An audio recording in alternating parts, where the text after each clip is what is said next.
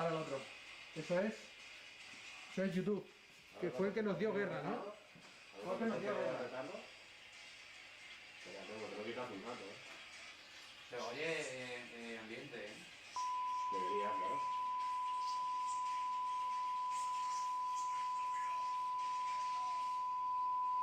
Se ha quitado. Y ahí debería entrar un tono ahora.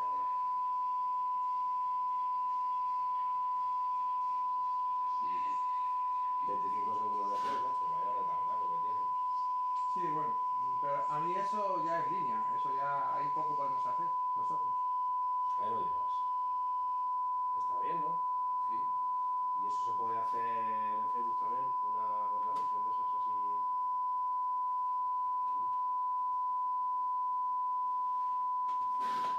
Como no me da un ordenador, va a fallar. Vamos, va a fallar, va a ir con mi puto culo. Va a fallar. Porque Facebook solo vale. No sé qué me han hecho en este router. ¿Sabes? No sé qué han hecho en este router que en cuanto tú empiezas a emitir, y hace ras y se te va. Navega internet y los puertos yo creo que están capados y cada vez que pones a emitir hace poco. Y no podría sacarlo por otro. Puedo sacarlo por el otro, pero voy a intentar. No sé si es que el otro no está capaz, pero yo me extraña mucho, yo lo voy a estar capaz. ¿Estás mandando Facebook? No. No. Pues cuando me digas te lo compruebo, Pedro.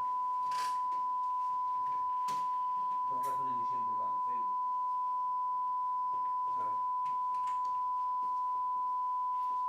Ya para, bueno,